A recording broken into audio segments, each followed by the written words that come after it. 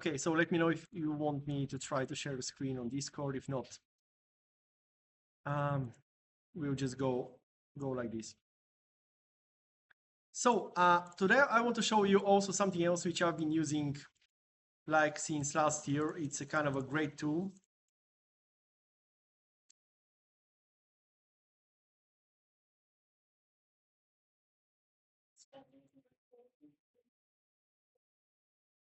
Yeah. So we are setting up the code buddy tool. And by the way, what AI are you using? Like mostly, like for example, I'm using Claude and I can the base, but what are you using? No AI. Okay, but oh, by the way, so this is also a discussion that, of course, there is like an ethical discourse here to be had, right? I don't know if you are more on the ideological side or not. What is your opinion? Like code, no AI, anti-AI, like very on the spectrum. I understand this. Okay, I understand. It's like, for example, personally, I use it only for coding simply because it makes my life so much easier for work. I don't use it for almost anything else. But yeah, the situation is not great. Okay, and it's getting worse, unfortunately. But yeah, we'll see. If you choose not to use the AI, of course we can kind of program stuff by hand. It's going to be a bit slower and probably will do less. Simply, I want to kind of speed up the development, but still. And what else? Yeah. So if you don't want, you don't have to use it. I'm going to show it for the rest of you. So how it works basically is it can accept like an API key. For example, if you're using the ChatGPT as an AI, there is basically two platforms, right? One is the one that we know, like the actual chat, and the other one is the so-called API platform, right? And if you go to this API platform and you are logged in with your, actually, I need to log in here as well so we can check this out first. Give me a second here.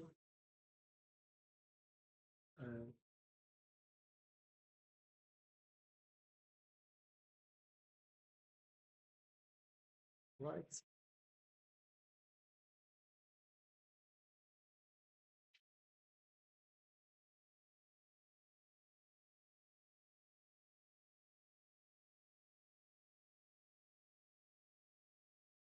Okay.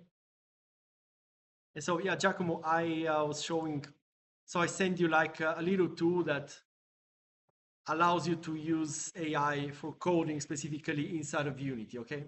So are you're using it outside? What you're using, like ChatGPT or? Yeah, okay, sure.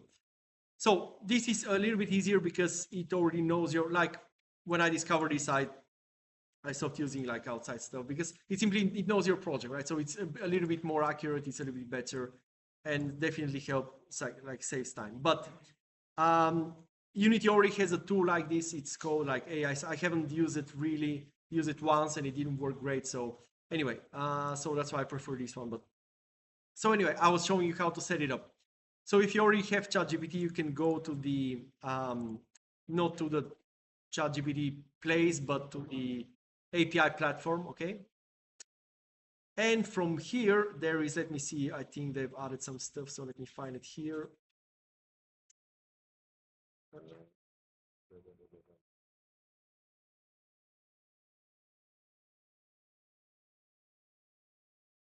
We need to find the key, API keys, okay. Oh yeah, there it is. So there is like a setting that's called API keys, okay. Basically, you can come here, you can generate an API key, whatever. You can give it a name. Let's call it Code Buddy. Default project, create secret key. And then you can copy this and just come here to the project settings of the Code Buddy and place it here, test connection, and it theoretically should work, okay? So sometimes ago, I'm not sure how it is now because I don't use ChatGPT. I mean, I've I've moved to Claude. Like Claude is, I think it's a bit better at least for coding. So I don't know about the rest, but uh, anyway, so some time ago it asked you to kind of connect. Oh, I didn't know I have uh, money here. So it asks you to connect some credit card, not to upload, not to give it money, but just to have the API key. So hopefully, I don't know how it is now. It's still possible that it asks for like a credit card or something. But this is one way to do it. You can do the same thing with Cloud or the DeepSeek, which also have a similar kind of API key generation. Another way, which is also kind of fun to use, I mean, definitely you don't need to connect credit cards or stuff, is through the to use the free models through the Olama platform, which is the, I think it's the Meta kind of platform for using AI models. And it's not like you cannot do much with it, right? It's not something that like it's usually fed to other software, so you can kind of connect to models and use them there, like in our case with the code buddy. But let me see, I think I have it here installed. Wait, there it is. Okay.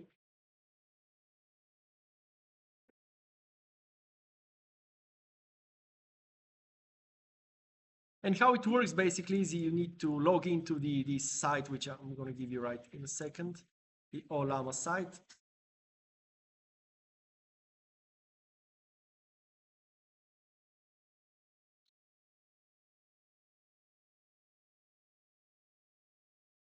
So yeah, let me give you the site here. Actually, no, it's just olama.com, right? So it's easy.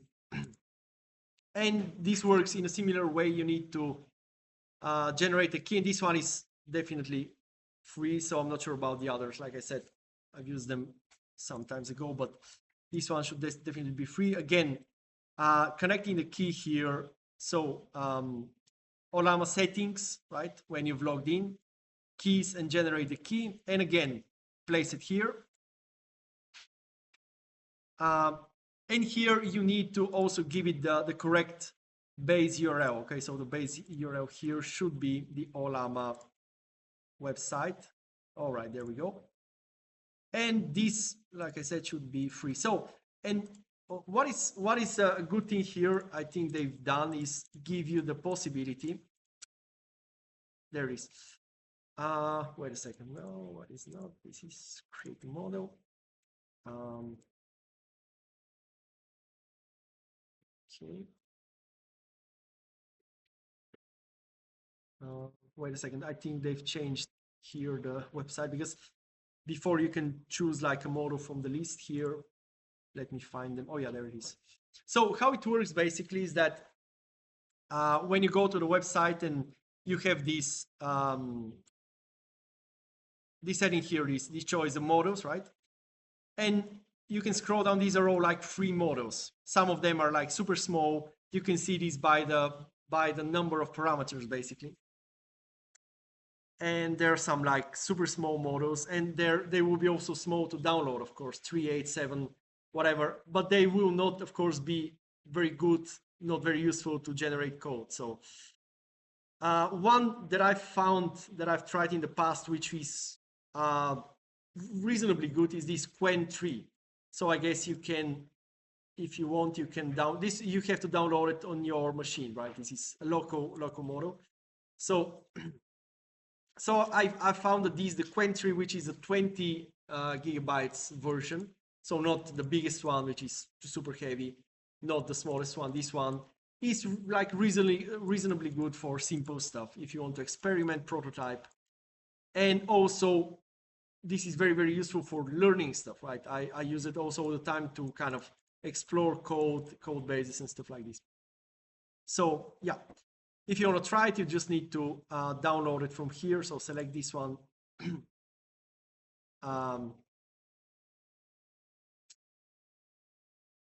And then once you've downloaded this, you, like I said before, you give it the API key of Olama, and then you should be good to go. Let's try the connection here. Might take, oh wait. Oh yeah, sorry, you have to select the model here from the model list. In this case, it should be Olama something. Let's find it here.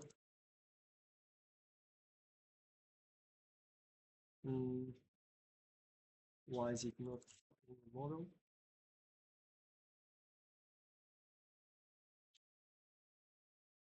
Yeah, I think, oh yeah. So from Olama, I'm sorry, I missed a step here because the Olama is kind of having used this custom model. You need to flag this use custom model and then copy the model that you're using from here. Basically, just give it, I don't know, when, whatever. So I think we can just give it this name. Let's try it out here.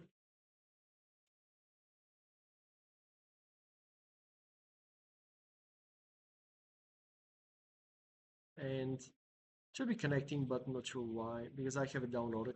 Anyway, probably it's not, the download is not connected. So if you want to try this, maybe I'll just help you on your personal computer so we don't lose time to set it up here. Personally, I would use it here inside probably with the, since I already did copy it here, probably with the the ChatGPT API key. Where is it? It's this one, no, it's not this one. Okay.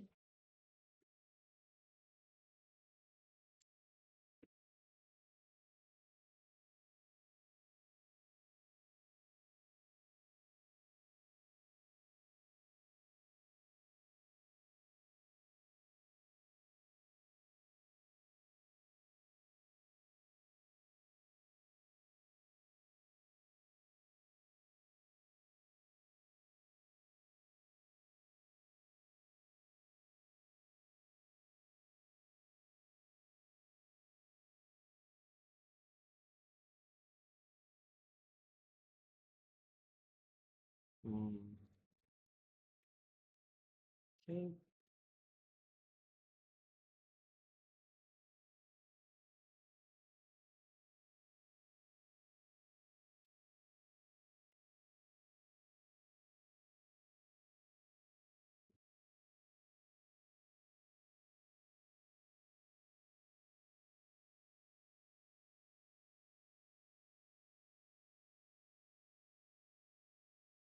It has like two modalities of the for visualization. One of them, the first one is the node base. The second one is going to this page, little kind of page icon here. Come on, will be a linear version. So you can choose which one. But anyway, I prefer like the node base. So what you can do here with the nodes is that you can right click and you have these first two nodes, which are basically the most important. You have a text node and a choice node, okay? And like the name already suggests, the text node will be something that, so let's write like a little dialogue. I'm sorry, I'm not gonna pay attention to the dialogue right now. You can write like phrases in sequence.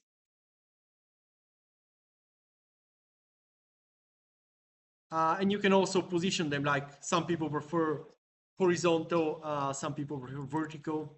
I'm gonna probably do a mix of them. So anyway, so hey, how are you? And we can, and here we have a choice node. What is a choice node? It can have basically multiple choices, like the name suggests. We can add choices here from the three dots here at content line, okay? And what's happening here, we can add some choices. For example, oh, wait, no, okay.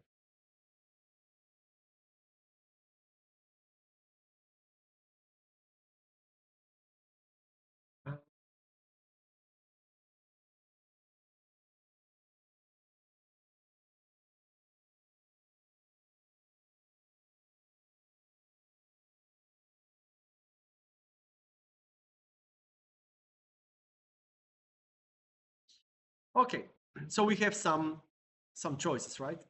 And in true like branching narrative fashion, for each of these choices, right, because we can get to this point in our dialogue, we can select one or more answers. So let's start with one. So you see that each of these choices here on the node will have its own like little arrow, right? This bubble, I mean, this circle here that kind of generates an arrow. And yeah, it will come here and you can say something.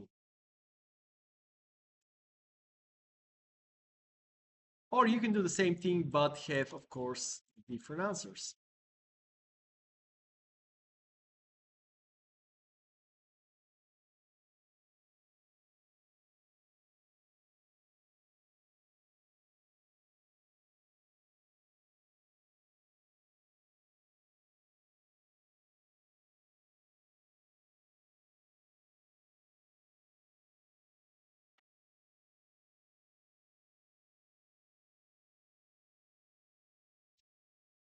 Right. And you get the idea, right? You can go on like this, creating more and more text nodes. Now, what are some of the things that make this kind of useful to have this web-based representation is that you can try it out directly here, right?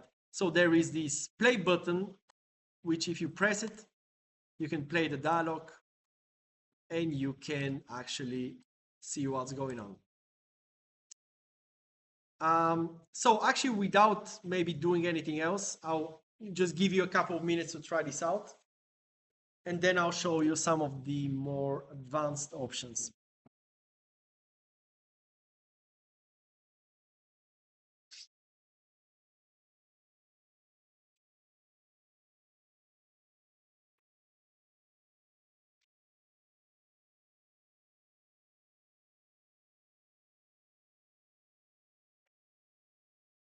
So let me show you a couple more things. And then we'll move here.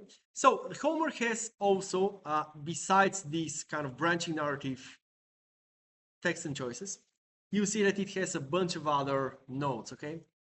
So we're not going to see all of them, right? If you want to get more into it, I can explain, or I can show you some like actual examples from other projects that I have, how to use some of the other nodes. But the main thing that I want to show you is actually not so much these other nodes, but the fact that it supports kind of working with variables. So you can have, in a certain sense, parametric narratives, right, without coding.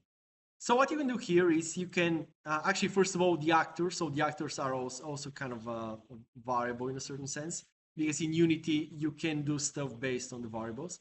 So you have like a normal, I don't know, one default actor. Okay. And you can add some other actors, whatever. It randomizes a little bit the thing.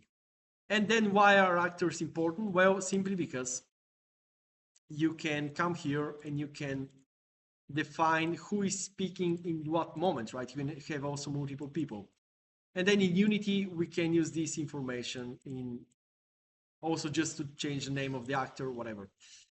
So, right. And the other thing, like I was saying, besides the actor, which is assignable to every node, is the variable. So if you go to the three dots here, variables, you can add these variables of 4 types basically, and there is also the fixed, which is some kind of a so-called enumeration, but let's leave that. So you have bool, string, int, and float, right, which are exactly the variables that we've already seen in the Unity C#. So here, for example, let's say that we want to have a variable that is something like, I don't know, happiness, whatever, or friendship. And this variable can be maybe an int, right? And why am I showing you this? Well, because what you can do here in the dialogues is you can also use these variables to show or hide certain dialogue lines, or also to do also other stuff, loops and stuff, but let's do this first and then we'll see if you need anything. And how it works is you can either code these variables inside of the nodes directly, like you can say something like friendship equals 5 or whatever.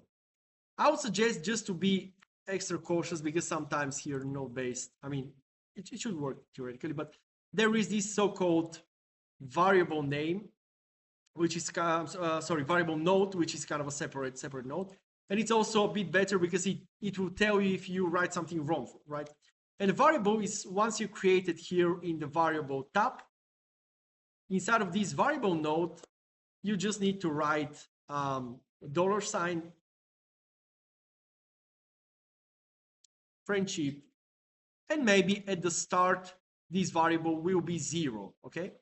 And then we'll increment it in the course of the dialog. And so, yeah, that's, let's say, the gist of it, in the sense that when you work with stuff like here, for example, with these dialogues, and let's say that here, actually, can I delete this? No, oh yeah, I can, pressing the escape button. Let's say that these answers will give me some different value of this variable, right? So I can write something like variable nodes, and I can have friendship equals friendship, whoops, -1, right? So whatever the value, oh wait, did I write this wrong? I'm sorry, write this wrong. Friendship.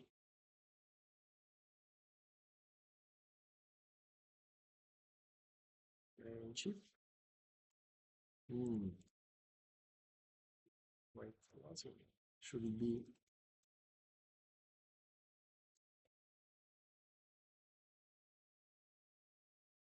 Sorry, it's sometimes, so it's an int of friendship.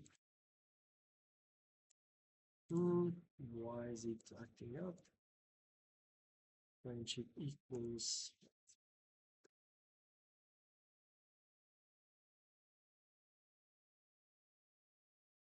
So it should be able to accept like operations like this. Not sure why.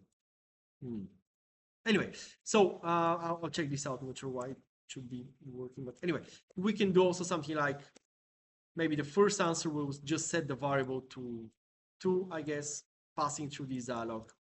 Second answer will set it to 1, so it will be a bit lower. Okay. And I'll show you why I'm showing you this in a second. And the third answer actually will not do anything. It will just keep the friendship to 0, okay? Like we started here. And the main point of this is that inside of this dialog, you can directly here use something like conditional statements, right? Like the conditional statements that we already kind of saw in the in C#, right? The conditional statement is pretty simple, right? You just write if the friendship is, for example, more than 2, and you have some text, right? You can write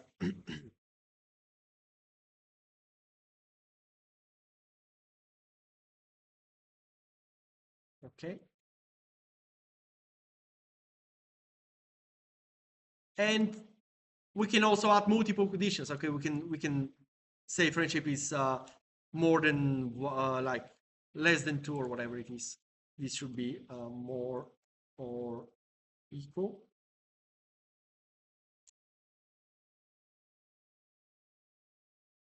Okay, but if we don't want, we can also say just, okay, if this is true, so if the friendship is equals or is greater than 2, we go to this line. If it's less than 2,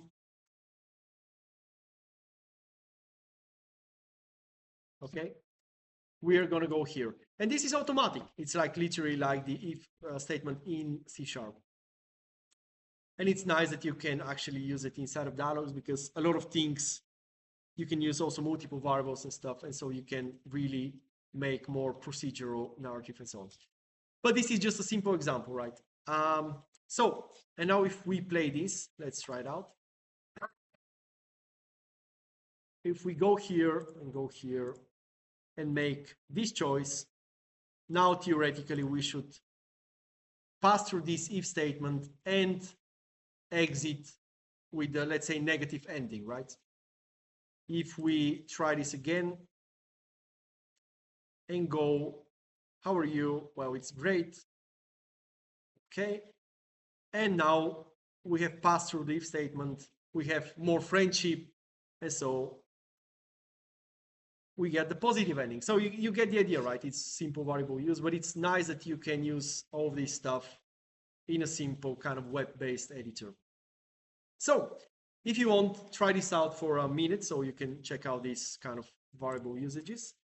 And then I'll show you what to do inside of Unity.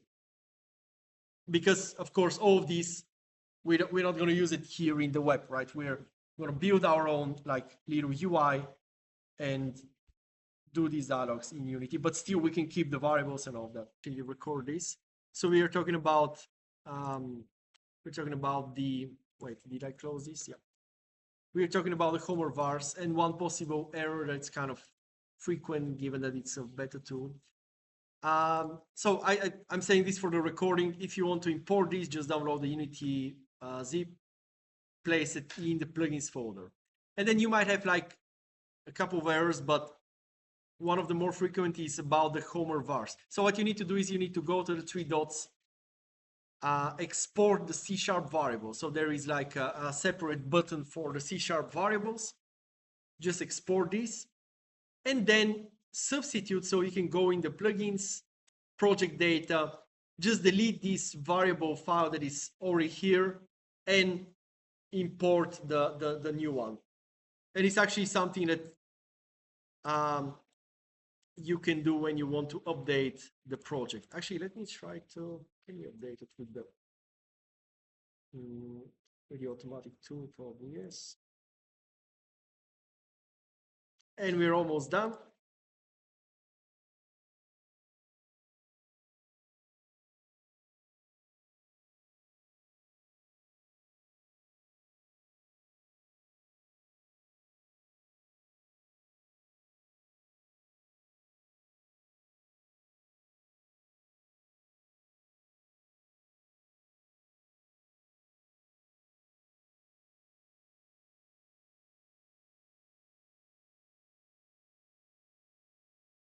So I'm sorry if this is taking a bit longer, but once it's set up, it should be okay.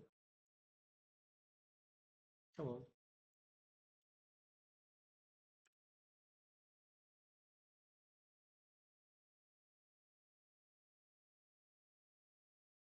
Okay.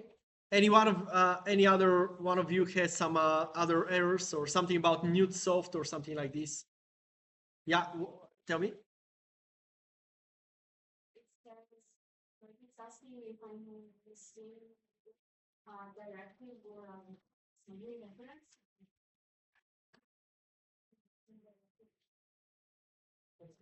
Yeah, this is a problem. So okay. I was hoping that this in the new version of Unity this is solved. But anyway, so if you have the Newtonsoft, so let me give you. You need to install an additional package. I'll just give you the link on the Blackboard. Okay, so create link.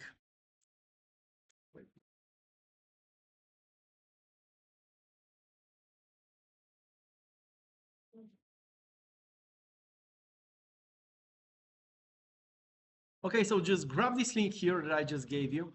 You can open it, but you need to copy here. Again, it's a repository like the one at the start. Copy this link, go to your window package. I'm sorry, to your Windows package manager. Install package from the Git. So upper left, install package from Git, and then copy paste. This link here needs to have the .git on it and then install, and you should be good to go.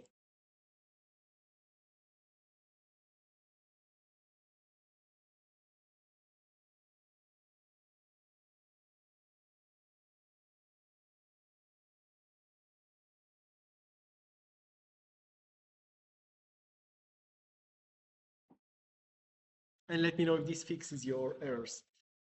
And so once we do this, I'm trying to fix with the help of Claude, I'm trying to fix the a simple controller for the use case, because the one that's inside the demo controller in the package is kind of broken. So I noticed this morning, and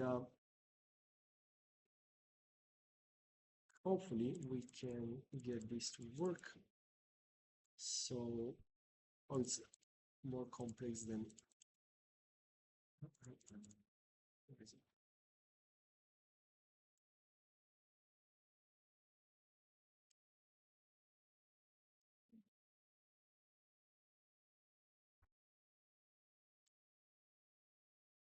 Where is it? Okay, perfect.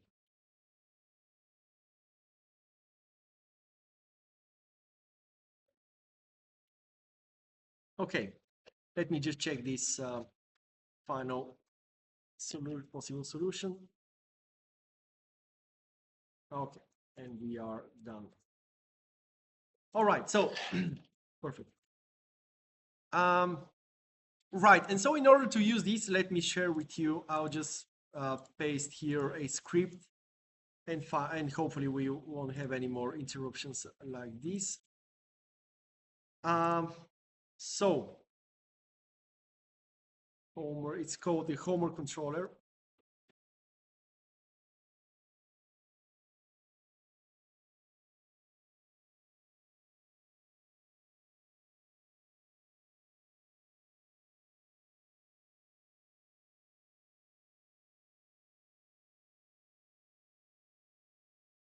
Okay, and so please, the final thing, download this script and kind of paste it in your scripts folder or any place you like, and we will see how to import this.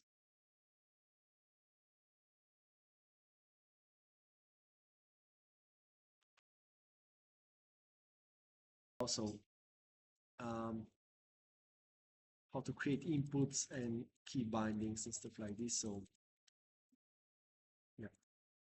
Okay, so did everybody import the Homer plugin successfully? Yeah, without errors. I'm sorry, come again? Mainly two errors are caused. One of them is maybe missing this Newtonsoft package that I showed you, this one. So you need to copy this, again, package manager, install it here, and this should solve. The other error might be because of the Homer vars, which is, let me go back here. So it might say that, come on, there is some error in this Homer vars C# script, right? So you need to export just the script and substitute it. So overwrite it inside of, I mean, you can find it also here, like Homer vars, it's called this one. Okay. Delete this one, put the new one, and this should be solved. And there is also one third error, but hopefully we don't encounter this one. Now we can import this. So first of all, it's important to say that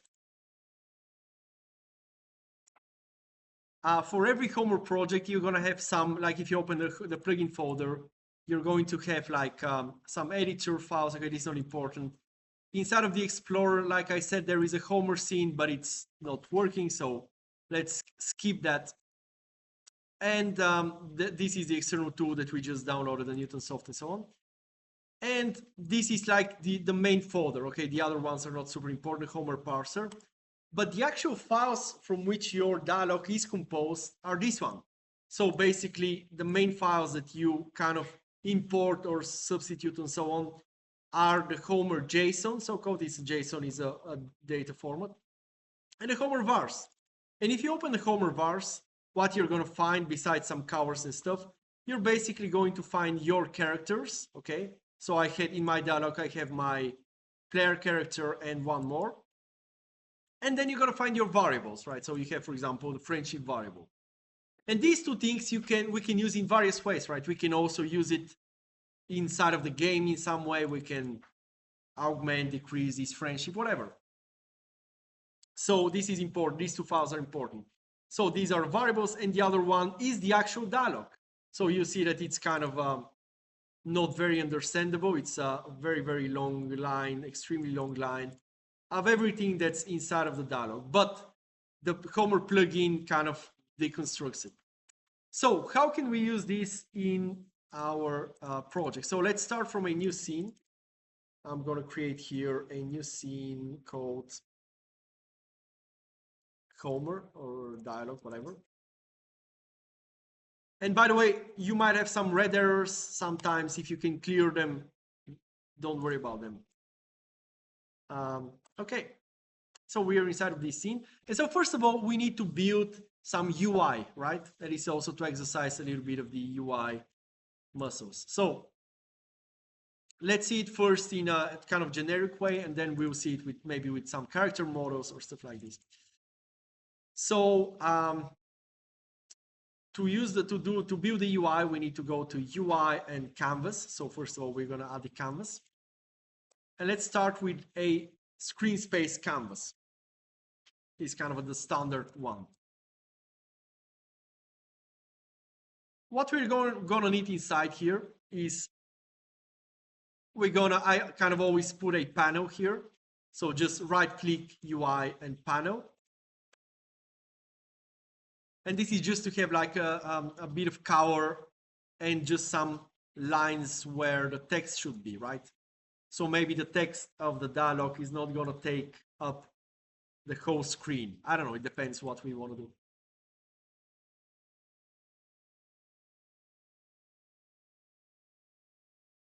So you can give it some dimensions from here. And also using this widget, this is very useful for the UI elements. You can open this and pressing, wait a second. Why is it not centering this? Oh, yes.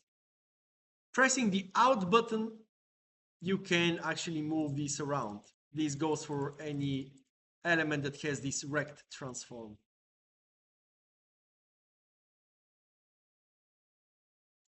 So I'm going to put it in the center right now, but yeah. This is going to be my panel. Inside, I definitely want a text element, right? The text element can be, or will be the dialog text mainly. So maybe it can be a bit bigger.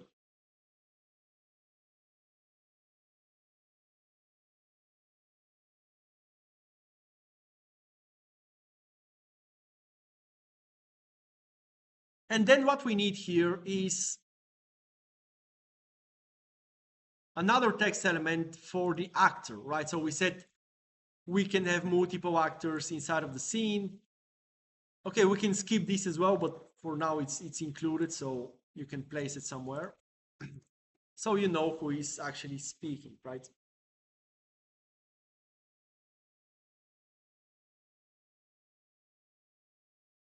And in these text elements, you can even just write either you can delete the default text or write it will be overwritten here. So on the text elements, you have different options. You can customize them a little bit, whatever.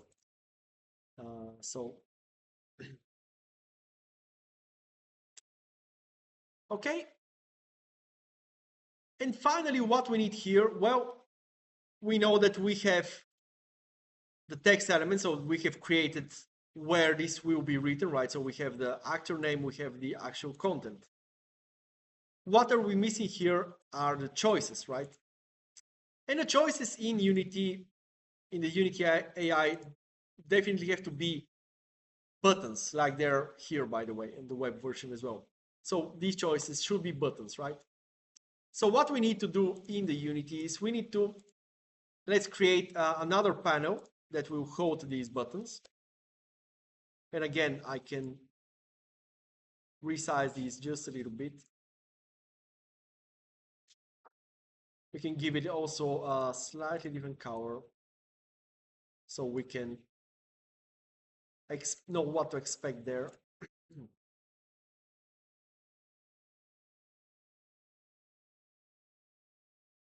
And we can name these the dialog panel and the button panel. Okay. And finally, we can add here a button, and this will be for our choices. Now, we might have more than one choice, so one way to do this easily is like if we have 3 buttons, for example, we can go on this button panel and we can add something called horizontal layout group, which, as you see here, will align the buttons in a certain sense.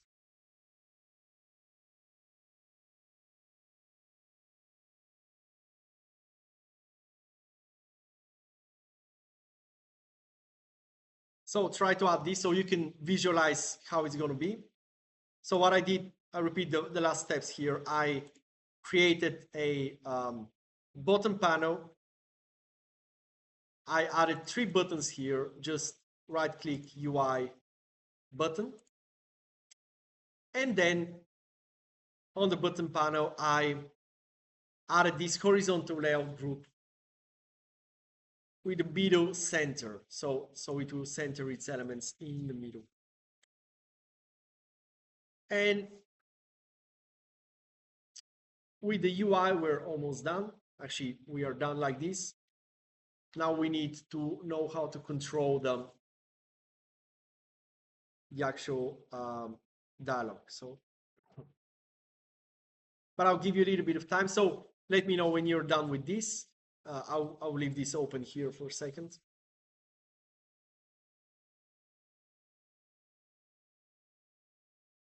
Oh yeah, and by the way, one thing that's might be important is actually that given that we have a longer, can I open this? We have like longer lines for the choices, right?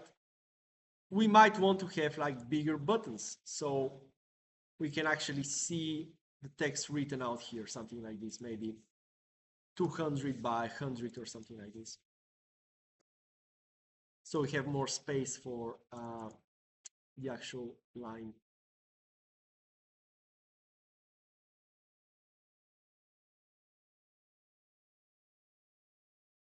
Okay.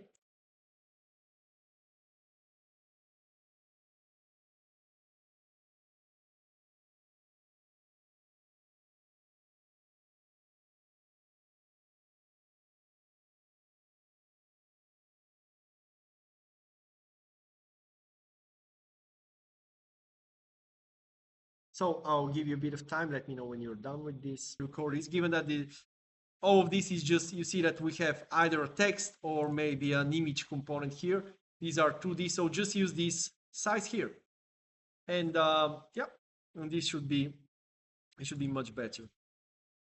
You can also, on these panels here, if you don't want to see the image, you can also just disable this and, well, anyway, it's going to be inside. And then the same goes for also for the interactive elements, the buttons here.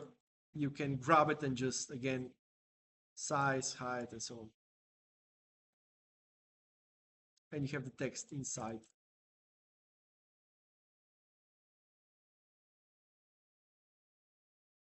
So some things that I always do, by the way, when I edit the UI, the screen space UI, is I always go to the 2D version.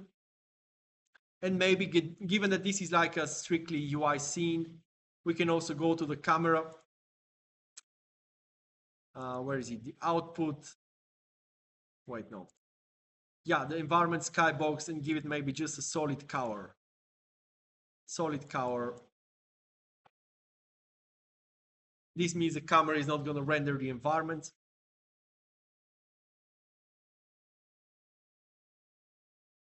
And so on. We can, of course, we can work with the UI a lot. I'll give it like elements and stuff. If you want, in the next lessons, I can show you how to kind of create a much nicer UI, maybe with animations and stuff. But for now, let's keep it like this.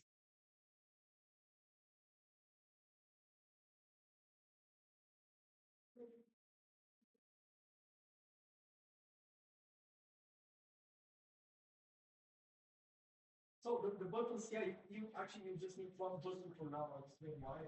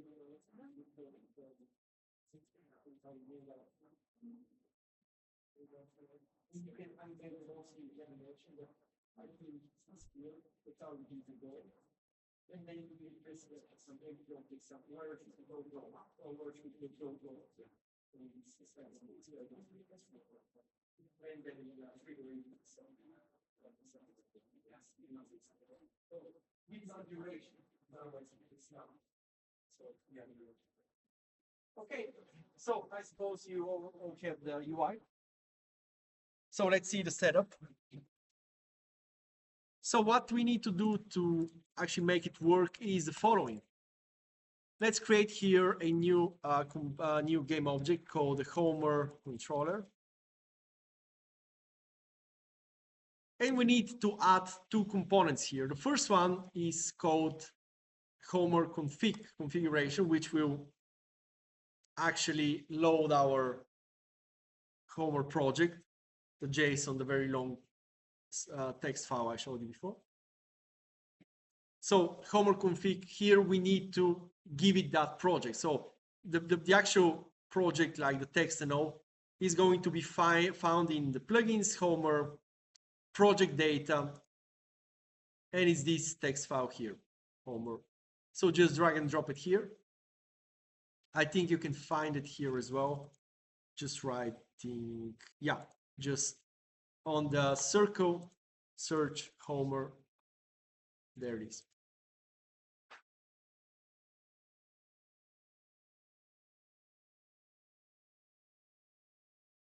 So Homer config, give it a Homer project.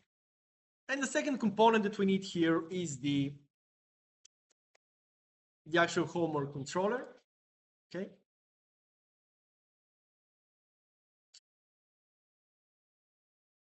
And here we need to do a couple of things, three things actually, but let's start with the UI. So you see these different fields for the UI. So for example, we're gonna have the dialog panel. We already have that. We're gonna have the dialog text. There it is. So we're just filling out these fields, dialog text, actor text. We have the choice container. It's my button panel. And finally the button. So I made you have like three different buttons so you can check out the layout, the distance. But actually, the Homer controller will spawn as many buttons as you have choices, right? So if you have like 8 choices, okay, maybe prepare to have like a longer choice panel, whatever. So how it works is you don't have to give it a button from here. So it's not this button here. What I did is I saved my button as a prefab. Sorry. So it's my lecture 10. And what I'm going to do is here, I'm just going to feed it this button prefab, right? And it's going to spawn it and position it itself. So this is the first step. sorry.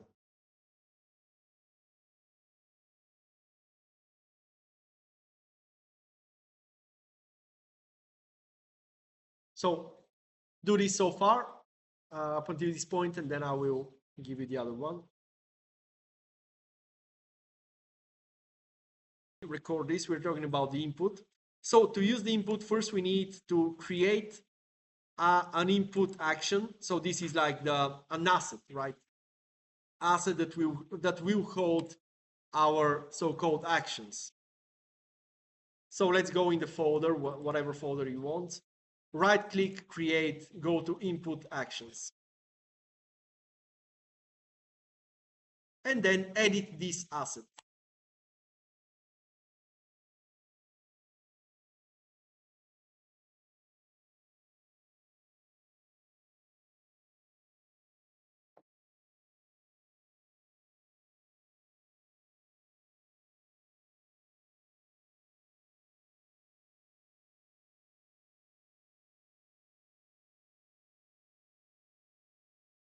Okay. And when you have this asset and you have done the edit asset, you've opened the window. What we need to do is actually pretty straightforward. So these are the so-called action maps. So this is our little input library, let's call it. We have action maps, which might be, keyboard, controller, or maybe we might have different characters which use different, key combinations, whatever.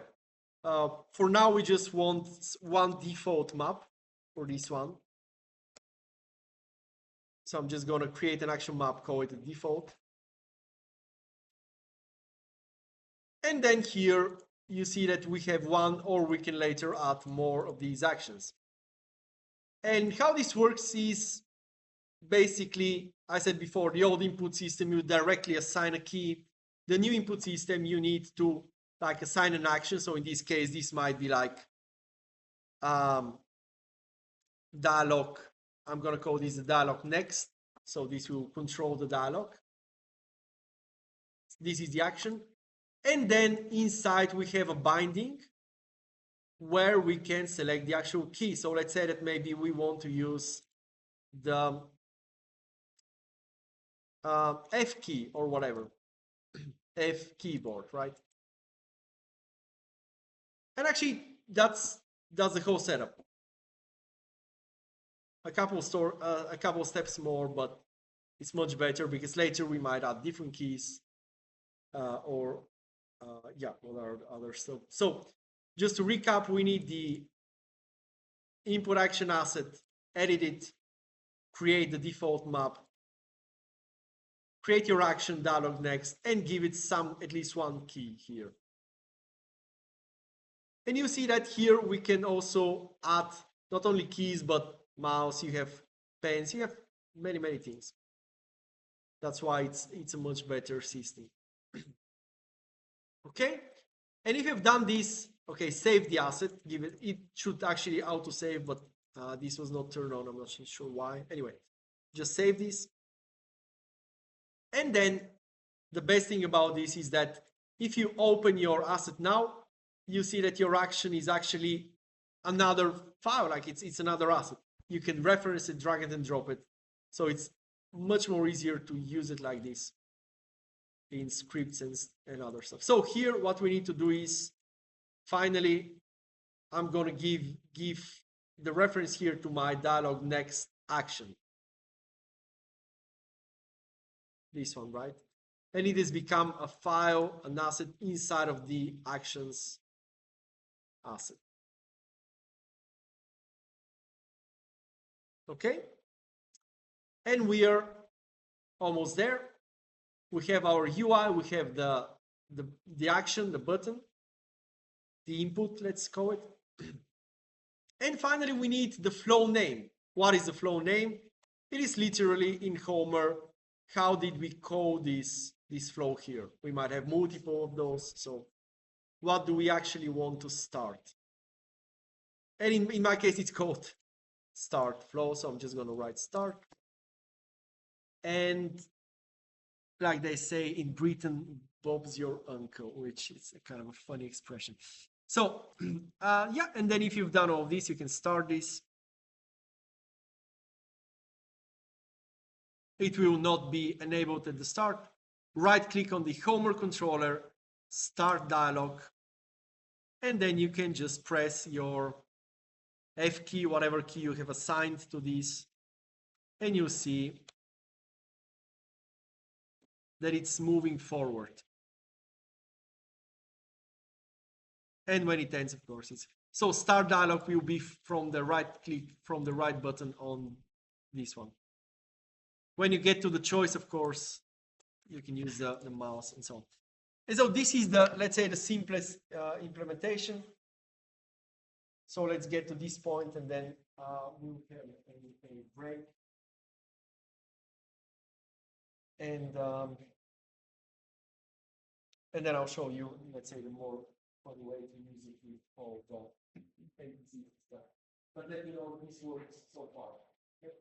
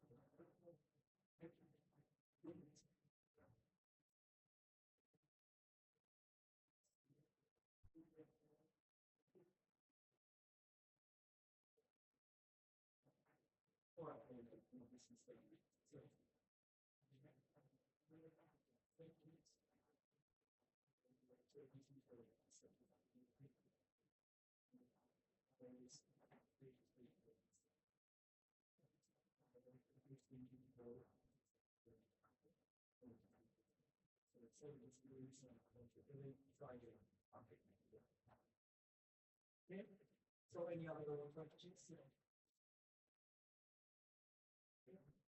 Oh, no. Yeah.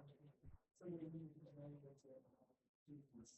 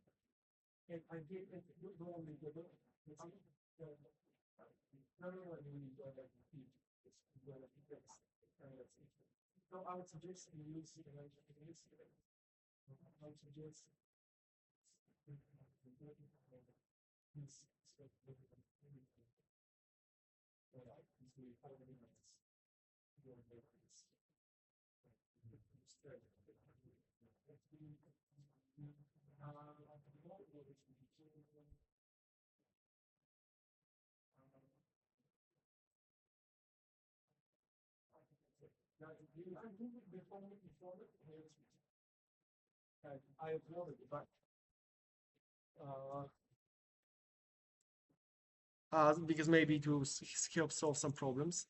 So what do you do when you want to update your project, right? So maybe you're working on your dialogues, right? You can add some text notes.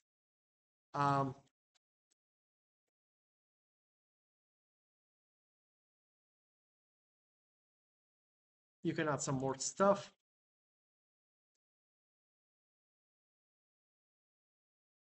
Okay. Let's say that you've added some stuff to your dialogue. The simplest way is to link this dialogue to the project inside of Unity, to the Homer. And this is done using the tools, Homer project, you see? So it will basically just get this project ID and it will update your files. Download files will basically update your project.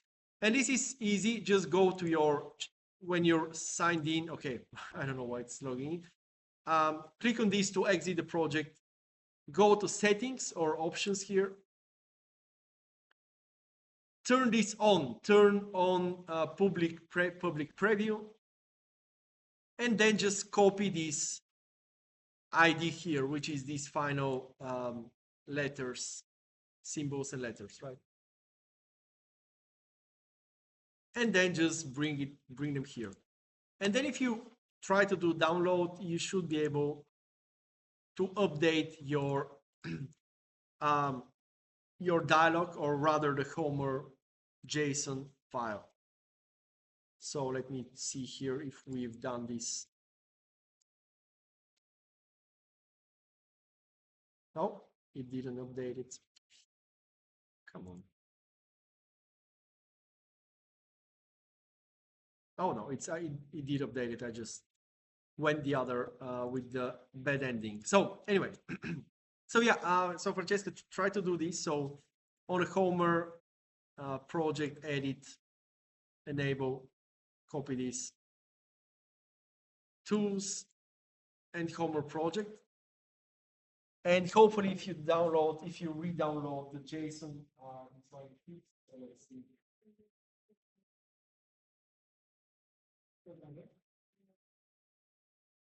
Yeah, no, but this is just to say then you do it like so.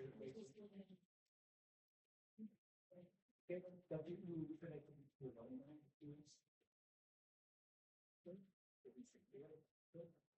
and so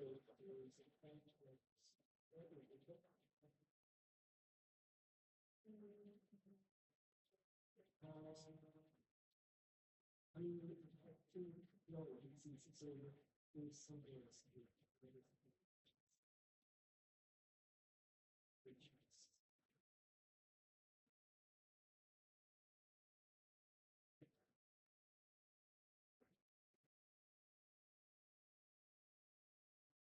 Can you download these?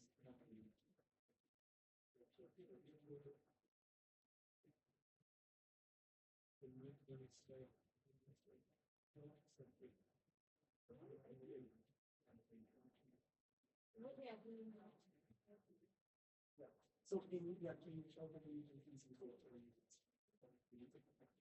I will remove any feedback. It's it is a written source package. Is it downloaded here?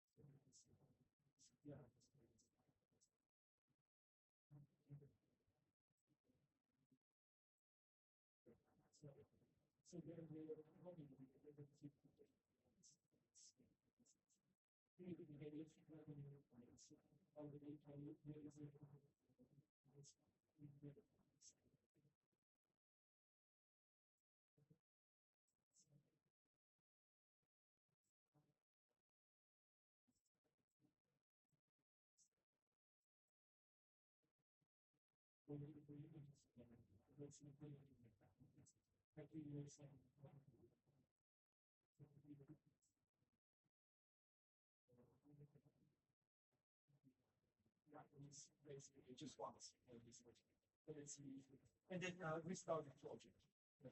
Restart the project and let's see this set. By the way, I'm sorry, I'm going to turn on some lights because it's too much.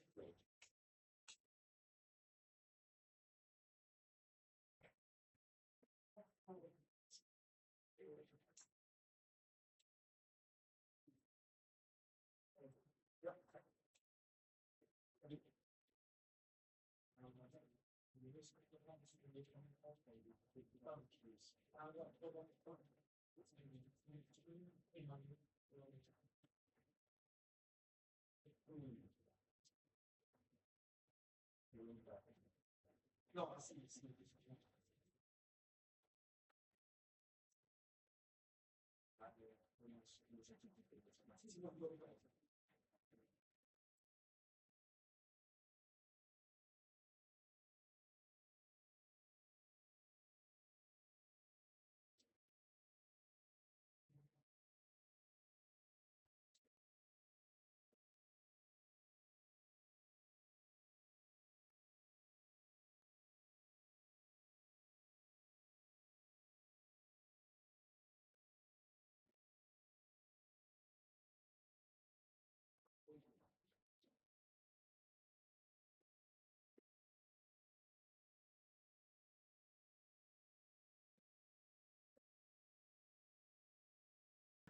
Now that we have implemented this, let's say, basic example, and yeah, unfortunately, this is not like some other packages which are just download the package, it works. Okay, so a bit more work, but still, I think it's worth it.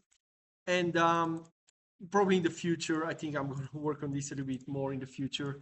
I'm going to help them because they're my friends. So I think hopefully we'll get this to work like instantly like other packages. But anyway, so what we can do here is try to implement this package, this dialog, but in an actual like environment, right, with NPCs and stuff.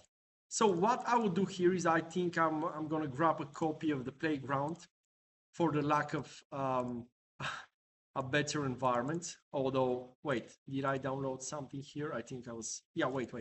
I think, yeah, this one might be just because I'm tired of looking in the default playground. So let me show you now how to integrate this a little bit better with, I think I'm going to do the URP here. Yeah. So let me show you how to integrate this with events. with like character animations and maybe even using the variables in the dialogue to trigger stuff in Unity, right? Which is also fun. Like if you have like a single phrase that needs to trigger a specific animation, we can do stuff like this. So do dialogue, which is not, just an abstract UI, whatever. What we want to do is have the environment, the character, and probably what I like to do is like have the UI in world space, so it's not just attached like most normal narrative games. You have the 3D characters and then you have an overlay, right? Um, but I slightly prefer to have the world space UI. So let me open this. Oh no, this was the package. I'm sorry. Ah.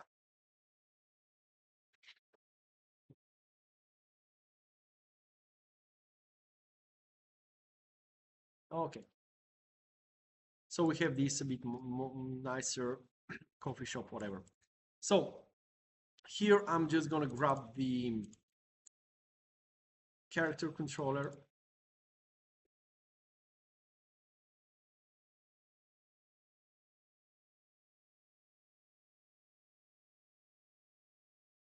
Where is it? It's just a second. Sample first person. You can also add more scenes to the hierarchy, by the way. Even just if you want to copy stuff here. So, okay.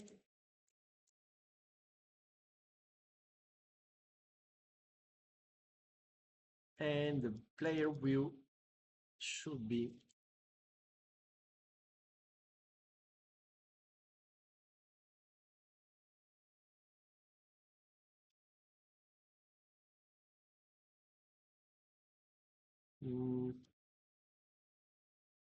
trying to get inside of the bar. Can we do it? Okay, yes. Yes, we can. Okay, so this bar is kind of a bit small, so let's make it bigger. Actually, no, I think I'm gonna keep this static here. So,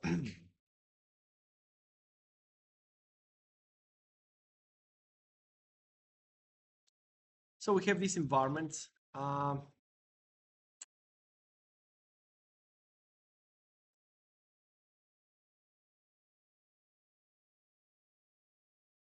Trying to match the proportions a little bit. We have this environment. Hopefully, we're gonna have the box collider. Okay, perfect. So we can walk around. And what is the idea here? Let me show you how to kind of have the NPC or one or more NPCs and how to assign different dialogues to them and start different dialogues and so on and so forth using the triggers. So first of all, checking the walk if this environment is actually walkable. Come on.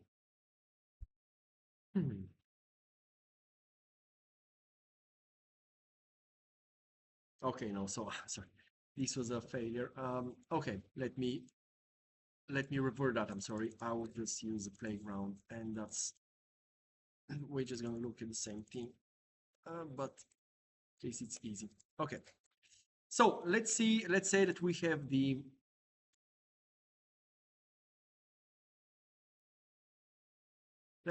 this avatar here, and this canvas. I think it's not used. Okay, yeah, it's unused. So what we want to do in this case is I want to do some kind of UI which is here in front of the character, right? So the way to do this is grabbing a canvas. You can also create a new one, whatever you like. But the main point is that on the render mode of the canvas, we need to select the world space mode. Give it actually, no, the event camera is not important right now. Actually, no, we can have the button clicks and so on. So yeah, let's give it the main camera here. It's just because for static things, you can also not assign it, but for buttons, actually, yes. So anyway, giving the camera. And here, like I said, using the scale on UI element is not a great idea, but when we use the workspace canvas, we can and actually should do this because otherwise it's very, very big. So what I'm doing here is I'm doing this workspace render mode, assigning the main camera and using the uniform scaler, making the scale very, very small, which if I now reset this position, we'll see it's actually not in proportion to the rest of the world is actually more or less what we need here. So let's place it here. Okay. And this is the first step for us. Then inside of here, I think I'm just going to copy the setup from the other scene. So not to lose too much time, but I think if you want, you can definitely make it a bit better. So this whole panel, wait, no, not this one. Come on. Homer dialog was the other scene. Okay. So I'm copying this dialog panel inside of the canvas.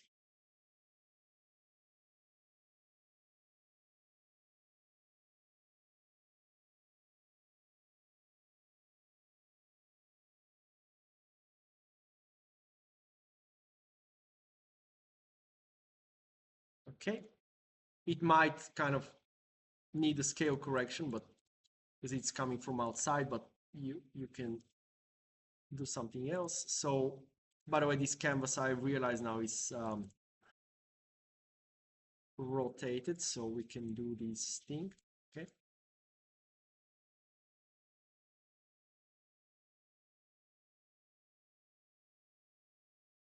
And then this should actually do it for now. We can make it much nicer, but the main mechanic remains, right? We have the buttons. Actually, let's try the button here. Okay, this button is also not centered. So actually, this is maybe the one thing that can be useful to create ex novo. So the button here, it will inherit, so it will stay the same scale given that the parent is already very, very small. And let's make it, what was it, 200 by 100. Okay. And this will be our new button to give to the Homer controller. Now that we more or less got our UI set up, we repeat the steps here. Homer config. We just need one of those, right? Homer config. Actually, in this case, I might even separate this. Okay, so let's do because we might have multiple controllers for different dialogues, right? Maybe each character will have its own dialogue. But this Homer config should be just one because we are loading the project only once. Hopefully, it should be sufficient. And then on a separate object, for this specific dialog, we can do this here. Homer controller. And up until this point, the things are pretty much the same. So let me assign this quickly here. But what I want to integrate is, first of all, the trigger, right? How do we start this and how do we use it in the first person mode? So the dialog panel. Okay, and then the button should be the second one. And let's just try it out here before doing anything else.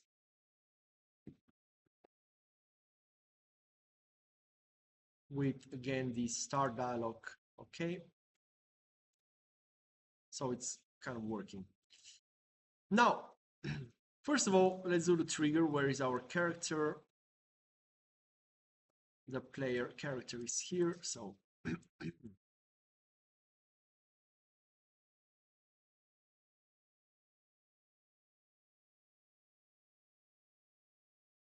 okay. And so for the trigger, I might do something like, to start with, it might be even something simple, like just the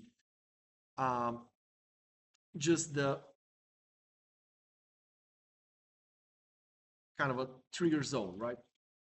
So we might have the sphere, the sphere collider, trigger zone, and this will be a trigger, this will be the player. And it might be something like when the player enters this trigger of the avatar, or the NPC, whatever it's called. So it's going to be a bit bigger. And maybe we want to do it in the front part or whatever. So when the player enters this, we might directly start the dialogue. Then I'll show you how to do it with an action. So let's start with this one.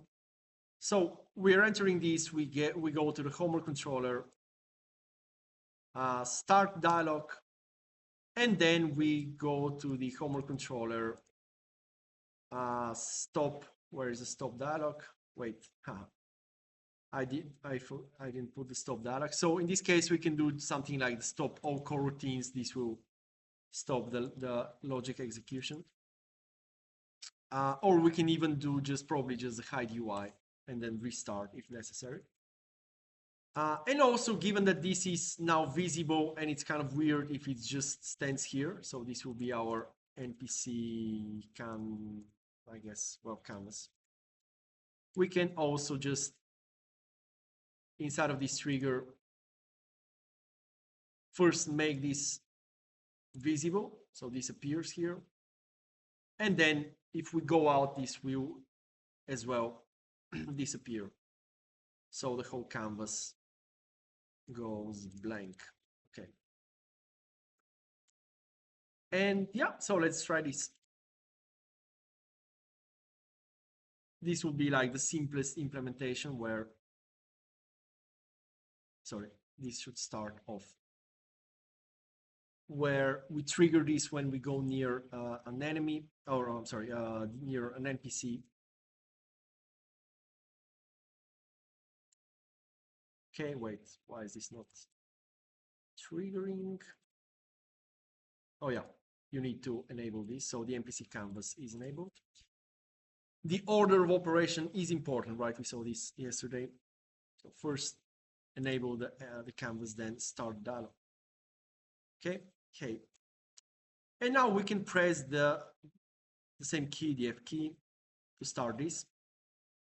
Now this is a bit more tricky because here we need another component, which I'm going to show you now in a second. But other than that, this is like a simple, if you don't have any choices or just, having the dialogue, this would even suffice. Now, what if we want to kind of be able to trigger this with a UI inside of this? Well, in this case, I would suggest to have something like a narrative mode, in a sense that also because I'll show you managing the UI while you have the FPS controller, like you can do one or the other. It's difficult to do both. So let's keep this like simple example for now. Actually, I think I'm going to keep this stuff, and this will be our simple dialog. Let's create another one, narrative mode dialog. Okay. And this one will be, probably I'll just duplicate this. Wait, no, just the avatar and canvas for a second.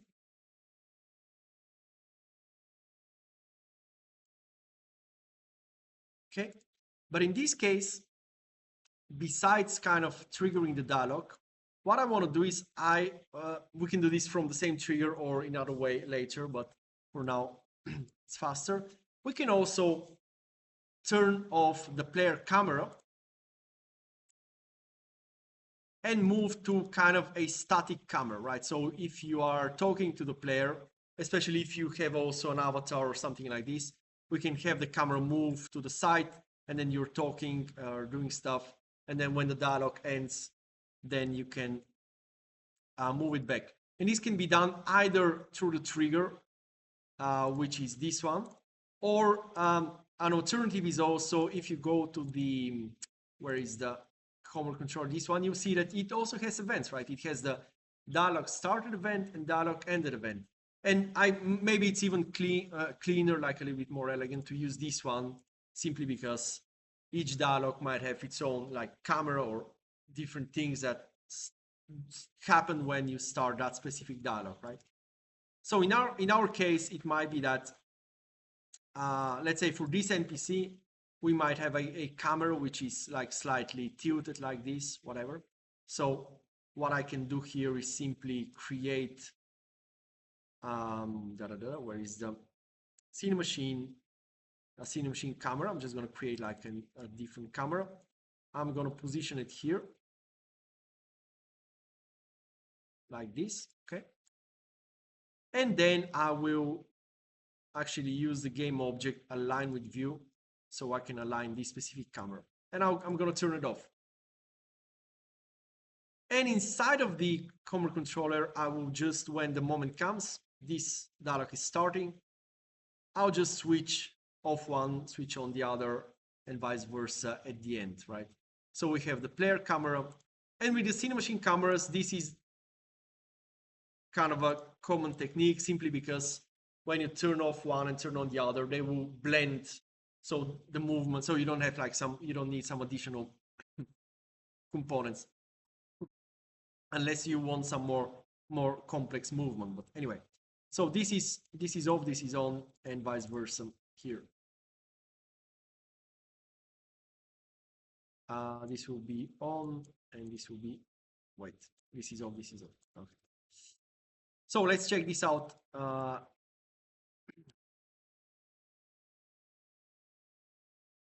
Let's check this out here as a test. So this one will just start now. I'm sorry. Oh yeah, because I'm using the same dialog controller, right? That's why I said maybe we should have for each dialog a different controller. So let's just use this one. But you saw the the idea where we have the fixed camera that is kind of starting. So we go here. This is starting. And now, and we still can use the, wait. No, wait, it's not starting. Why it's not starting? Oh yeah, I think, let me check here. Did I? Simple dialog. On the narrative, yeah, I'm sorry. I should have also, of course, started the actual dialogue. Oh no, it's starting. What is the problem then? Give me a second. Oh yeah, it's not the correct canvas. Sorry, I was using the old canvas. So in this case, we have this canvas. We need this canvas here.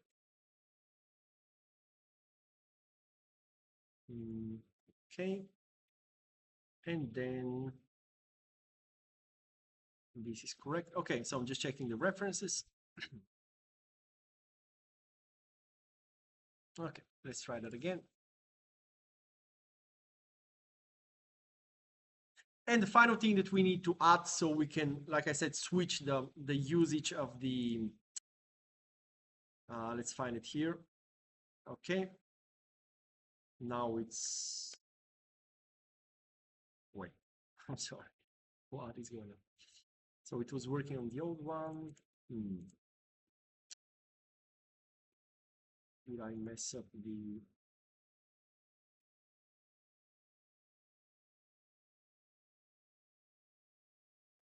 sorry, I'll do it on the old one. I think I messed up some of the references. So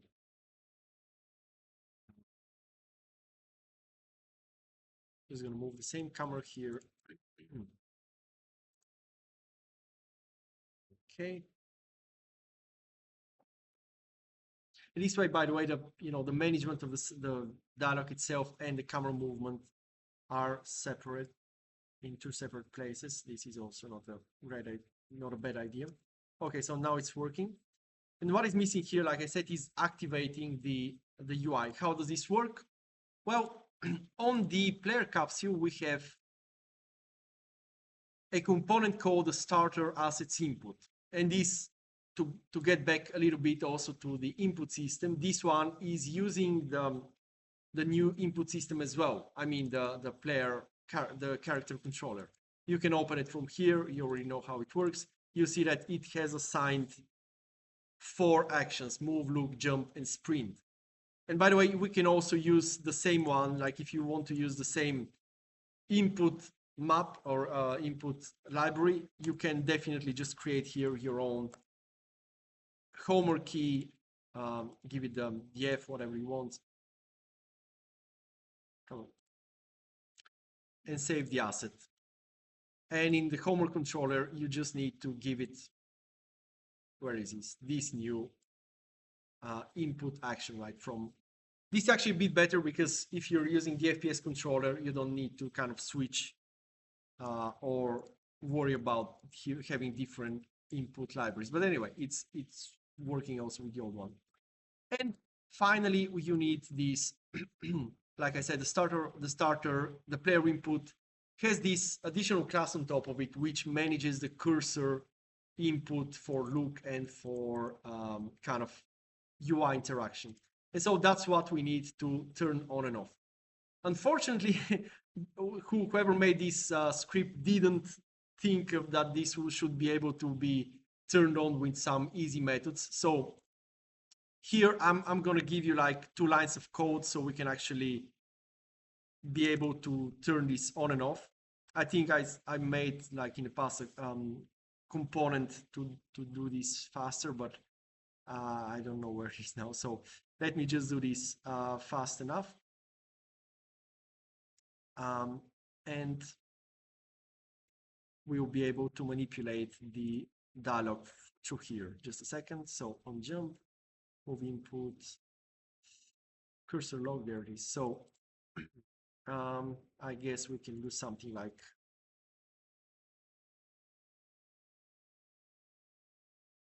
here.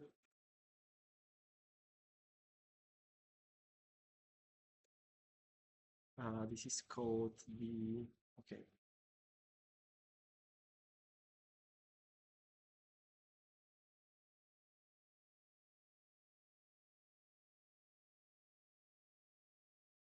What language am I using? Oh, right, there it is. So, like I see, these are just 2 simple variables, right? And we can just say that when we want this to be unlocked, this can be false.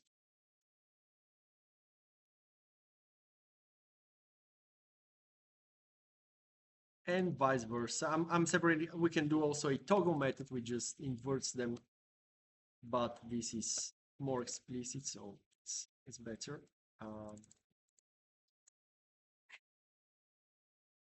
Okay, okay, and we can add the context menu here.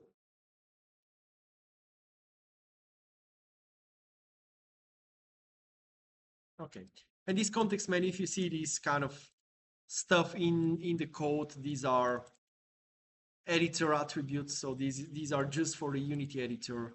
They don't work in, let's say, in the build or in your official like final game if you export it outside of Unity. But so yeah, let's check if this worked before I give you this addition.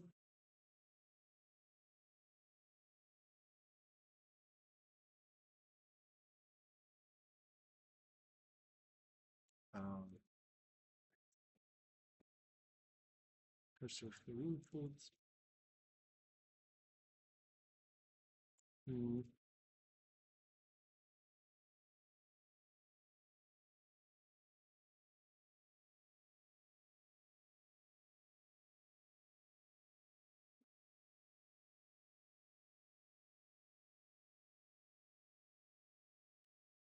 Yeah, I'm sorry, no, there is some problem. So give me a second here. So I would suggest try to do this up until this point, and I'll give you this final piece because I need to check if there's something else which I'm missing. Set cursor state. Oh, wait. We can use this I didn't see this. Yeah, this it's much better. Set cursor state, which would be new state. Okay.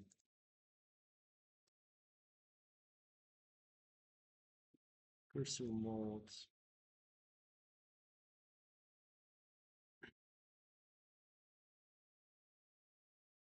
So let me just show you while you're doing this just for a second, because I want to show you how to integrate animations with this, right? And probably we did this for some other animations, but it doesn't hurt to repeat. So if you want to use a Mixamo for animation and you download some of these animations, maybe you want to do it without skin, so you have just the animation file in the FBX. FBX for Unity is a bit nicer. And when you import this in Unity, I usually always do. So here you don't have anything to worry about. The rig should always be generic. I'm sorry, humanoid, because these are humanoid animations. So go to rig, humanoid, and apply. Inside of the animations, you have a couple of choices. You can, if you want, change the names. So this should be sitting. Depending on the animation, it can be looping or one time. So if it's a sitting idle animation, it probably will be looping animations, right? Animation. And depending on if the character slides a lot, like it's kind of jittering or not, you can also bake this into pose, meaning that you're kind of baking the coordinates of the root bone. And well, anyway, just know that this will help you to with jittering and stuff like this. And then we don't have any materials, right? These are just a couple of steps I take when importing animations. So this one, for example, is not a looping animation because it's just like one shot, right? I don't know if it's jittering, hopefully not. Ah.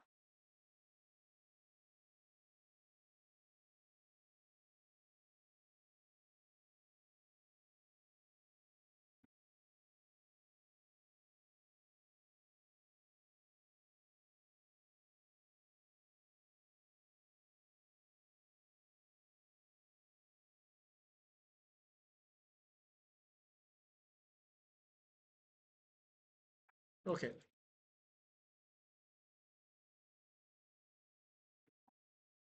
Okay, so finish what you're doing and then we will do the other bit. Record this um, grass, flowers, I'm looking at a character that is. I'm sorry, I'm going to use the same boring avatar, but that should be okay.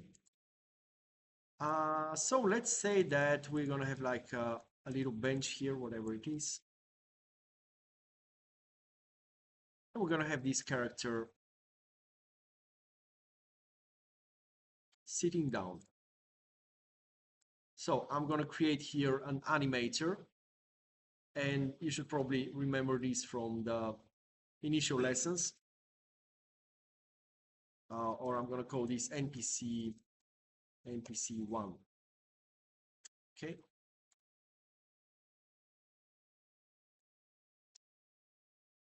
And I'm going to feed this animator here.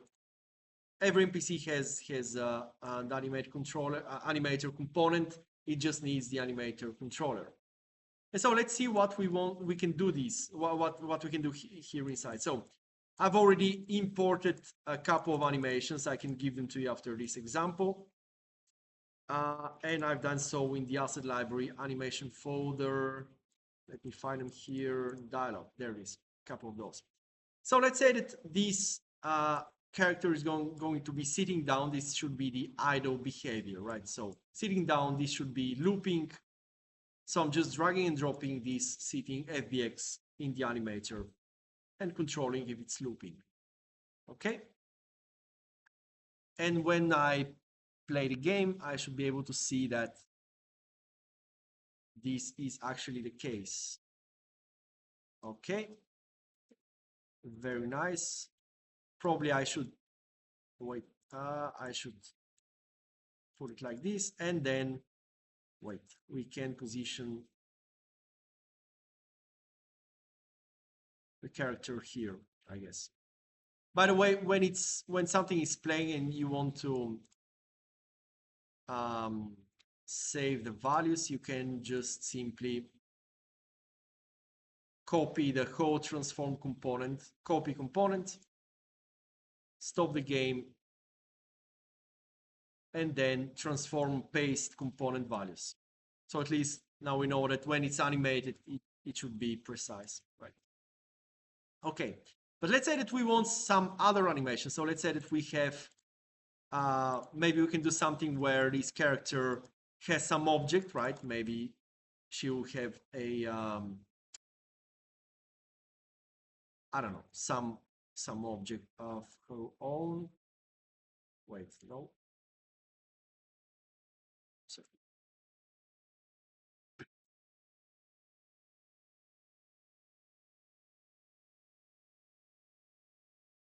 and maybe if we try to grab this object, she will reply with a with some dialogue. So actually, this is also to show you that you don't have to start a dialogue by just the trigger zone, right? You can start it in any way possible, right? For example, I want to take this object, and she can say, okay, what the fuck are you doing? Whatever. So let's see how to integrate this. In steps, first of all, let's do maybe the animation, just to check if this is working. So let's say that this is our idle animation. And then we might have some animation that is a bit more angry, like I found this one. It's probably not super precise, but stand up with fist, and you can preview it always. You can preview stuff this window below. Play, and she's gonna stand up and do something. Oh well, the knees are, well, this is a retargeting problem. It's terrible. Let me try to bake the coordinates here. Sorry. Not all animations work very nicely, but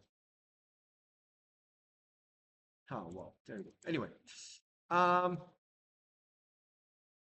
okay, still we're gonna use this one. And here is also the main way in which you can use the animator to trigger different animations based on conditions. Basically, there are two, let's say, main ways. One is using discrete states, so one thing triggers a specific animation, then go back. Or you can also use continuous variables that will gradually blend between animations on, but this is a bit more complex. So let's start with this one. So this will be, I don't know, let's call it angry, just so we get the idea. And how this works is basically that you saw that the normal animation is idle. It starts from entry. It's the default animation. We have here another box that says any state. And this is basically to help us make a transition from any other animation to this one, right? And so we can right click here, make a transition. This is in the animator window. And the clue part is, you see that I went here to the parameters window, created something called a trigger. This is like an internal variable, animation trigger. And what we need to do is link this parameter to this transition. So opening this transition, conditions angry. So let me repeat that. If you want to trigger kind of separate animations, you have basically three steps. You need to add the animations. You need to add transitions, usually from any state, but sometimes it can be also from, depending what is your flow. You should add, but most often from any state. I'm sorry. And finally, you need a variable that says, okay, this is like a Boolean. When this variable is true, activate this animation. This is the most basic animation trigger approach. And this internal variable is created from this tab here called parameters. Go here, trigger, give it a name, and then associated with the transition, because maybe you have multiple animations here. Each one can have its own trigger, right? This is kind of the long way. Later, I can show you the using other types, continuous blending, etc. Anyway, so, but let's try this now. Even if we are not doing anything externally, once that we've set up this animation trigger, we can see that, actually, let me get close. If everything is correctly, if I come here and, oh, come on. I'm sorry, I'm trying to, anyway, trying to look down. If we press this on the animator, we have this animation, and then we go back to idle. Actually, wait, I forgot to do this. Yes, given that this is a one-shot animation, it's not looping, we can just get a transition from this one to the default animation, because when it ends, it will go back to idle, right? So this is the setup here. So let's try it out again. So we have the idle animation. We trigger somehow from any state. We go here, and when this ends, it goes back to idle, right? Okay. So actually, I'll leave you 2 minutes. Try to do this so far. Oh yeah, the animations. Let me give you the animations if you want to use those ones, or you can use another one. But I wouldn't suggest now to waste time and kind of download other animations. So let's use these ones for now. Avatar or NPC animations.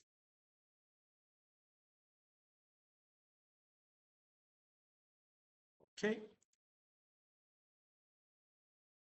So I've already kind of said this should be set up correctly, in the sense that they're all humanoid and they have their names and yada yada.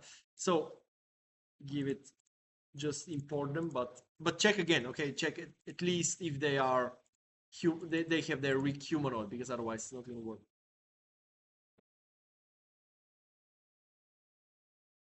Okay, and after we record this, so we are adding like an angry bark. We can use the same Homer project, maybe even rename this. This would be lecture, or let's go with game design 1. So I remember what it is.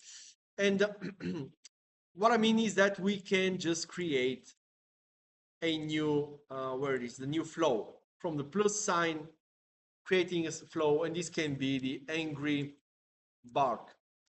But you might ask, why do we need like a whole new flow for a single line, for a single bark? Well, actually, in Homer, you can do a lot more than just kind of have one single phrase. Or one of the things that is kind of fun about Homer is that you can, like I said, we have other type of nodes. One of the nodes is a so-called random node, right? So you can do something where when you start a flow,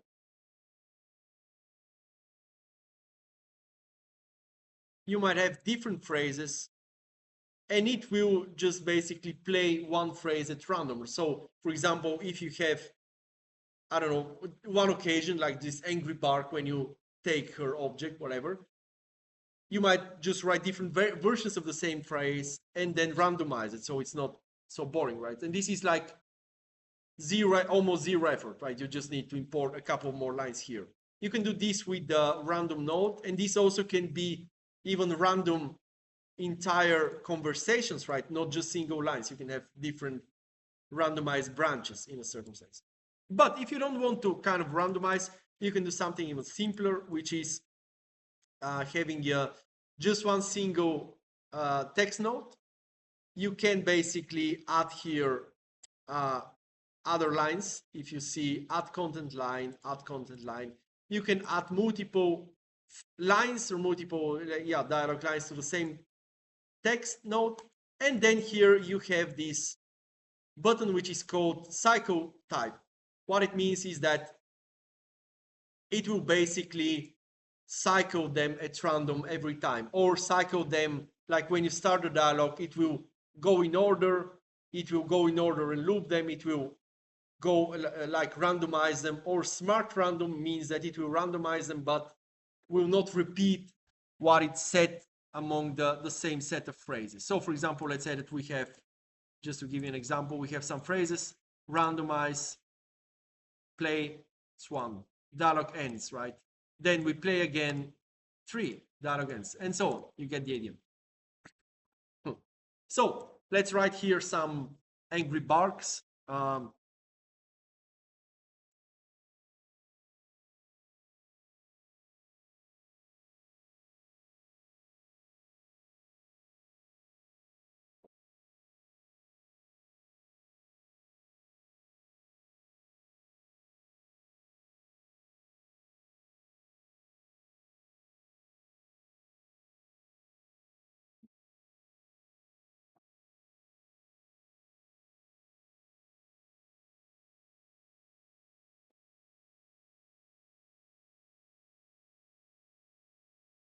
Okay, so let's say, what is this? Begon. Okay, I'm sorry. Yeah, right. So we have these barks here. And what we can do is actually something similar to the things that we already did before. Actually, I'm gonna copy. Can I copy the canvas? I think yes. Let me find it here. I'm gonna copy the same, a very ugly canvas, but it's still workable. Okay, we're gonna have this one. I'm gonna also take the Homer config. This is, we only need one for the project, but the Homer controller can be also many of them or multiple because different flows, different stuff. Okay. And for this, let me find it. Oh wait, this is very far away. What's going on? I don't know. I want to place it. And so, by the way, here it might be kind of useful to have maybe to download some kind of a balloon, you know, just speech balloon. I think, can I give you some? Yeah, I think I can. Wait, no, okay, we're gonna lose a lot of time. So, but maybe next time I'll try to kind of give you some free UI kind of UI sprites basically that you can place, and your text is not just gonna be in a rectangle, right? It's gonna be something else. So here, for example, we can even just disable the actor text. We don't want this. We just want the dialogue. Maybe I'm gonna make this a bit smaller. Okay.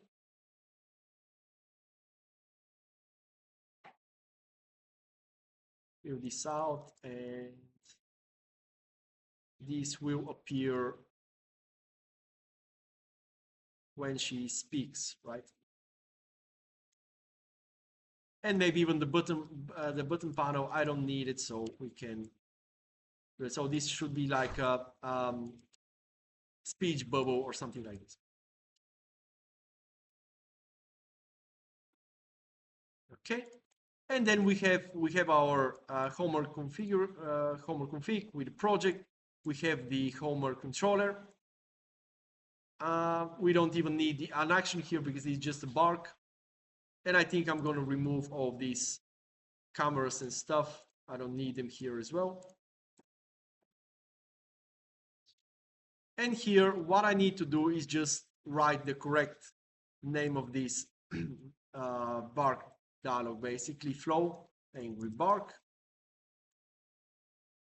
and set this. This should be off, I guess. Okay. And now, how do we trigger all this? How do we bring all this together? And this will be with our interaction system. So I said we can use any trigger we want, but in this case, we want this to trigger when we take the object, when we grab the object, right? So if you remember, we talked about this. Let's find it here. Maybe I didn't add it here, about the FPS grab interactor, right? Which is used to be able to grab stuff. It's the same logic that is used in VR as well. What we need here is just this component on the player. We need something called the XR manager, so the XR interaction manager. So we're using the VR kind of framework for interactions. Okay. And then we need to place the grab interactor FPS grab, I'm sorry, the grab interactable on the object, right? So we have these three components: grab interactor, grab interactable on the object that we want to be able to take, and the XR manager. Right. And if you might not, or hopefully remember, we can have also this hold point. Let me place it here on the camera, hold point, which is just where do we store the object when we take it. So, yeah. And let's bring all this together. How this works, we're going to use the grab interactable, and scrolling down, you're going to see that we have a lot of events. These are different events for different like hovering on the object or other stuff. And we want, I think the correct event is a select one. So basically, it was called, no wait, it's not select. Let me find it. No, it should be select. It was called just grab in the past. They changed the name, whatever. So what do we want to do here? When we grab this object, we want to start the dialog. So we're going to have the Homer controller start dialog, which is going to be this bark, right? She's going to say, hey, what's going on? And then we also want to get the player animator. Where is the animator here? Sorry. Player capsule. Oh, wait, I'm sorry. Not the player capsule, but the NPC. I'm tired as well. So on the select event, we're going to go to the NPC, animator, and we're going to use this method called setTriggerString. What does this mean? It simply means that we're going to take this animation trigger and we're going to turn it on. That's all. So setTrigger, we're going to write angry because this is the name of the trigger. And basically this should be able to do it. This should do the trick, right? So let's try it out. Hopefully we have set up everything correctly.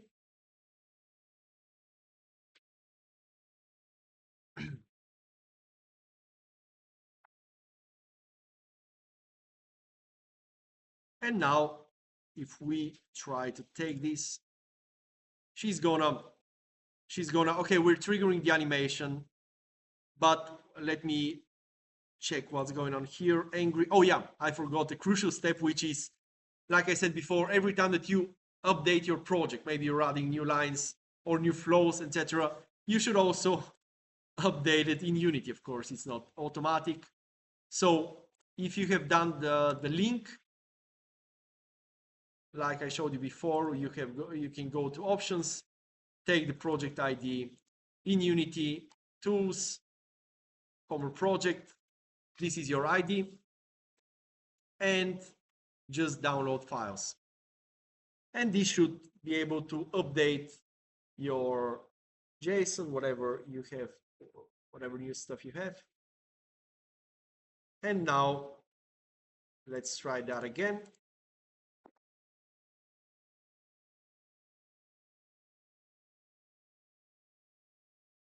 Okay.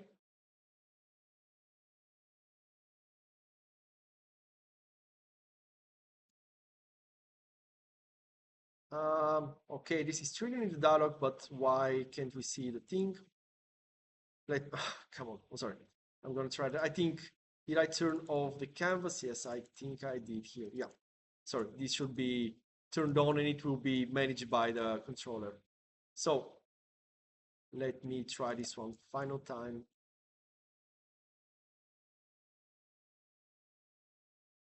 Okay.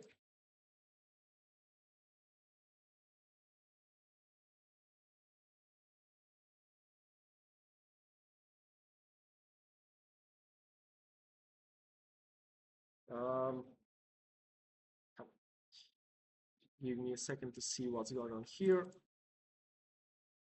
Angry bark. Oh, wait, yeah. So yeah, that's a common mistake. So I copy the Homer controller, but it's still linked to the old UI, right?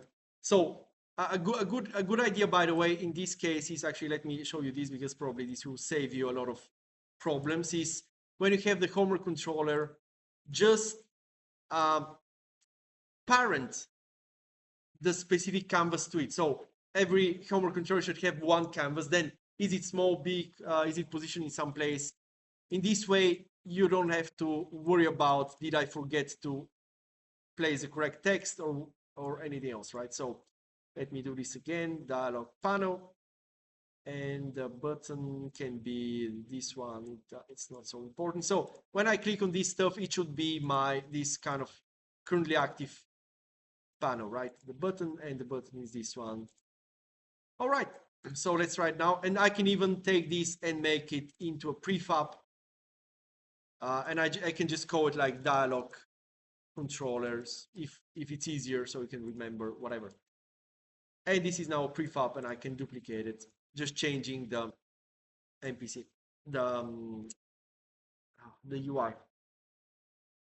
Okay, and let's try this one more time. We're here. We're grabbing this. Leave my object, object name, I don't know what this object is, alone. Now, one little addition might be that from the controller, you can say that when the dialog when the dialog ends, we want to kind of turn off the canvas. So this is a little bit of something additional to make sure that we don't have like resting UI, etc. When this starts, we're going to turn the canvas on. When this ends, we're going to turn it off. And okay, right. And you get the idea, right?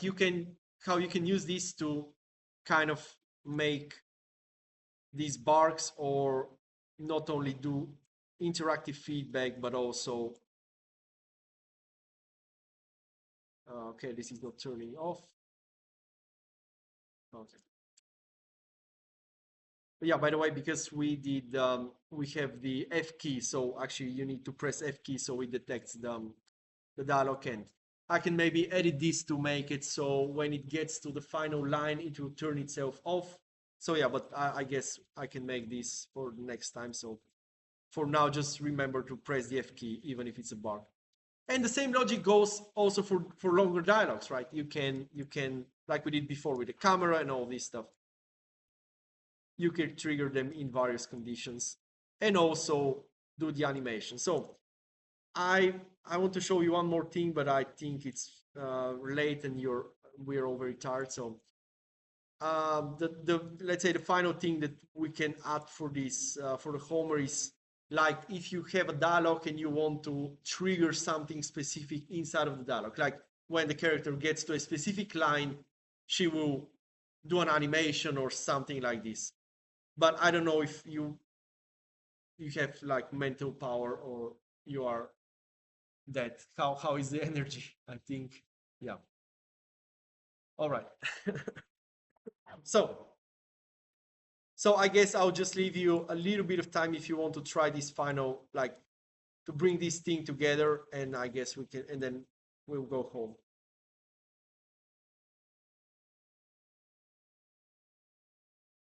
And if you are trying this final example and just have some problem, just ask me. And these variables for Homer are also in the project, right?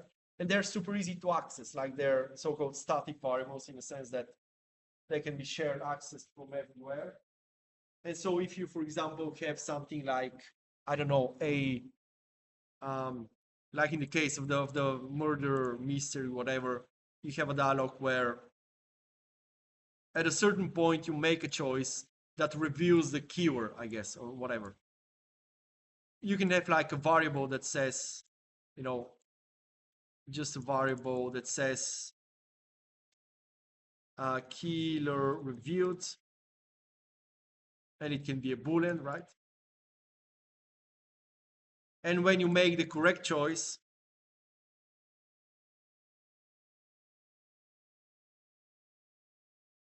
instead of maybe some other choice, you can definitely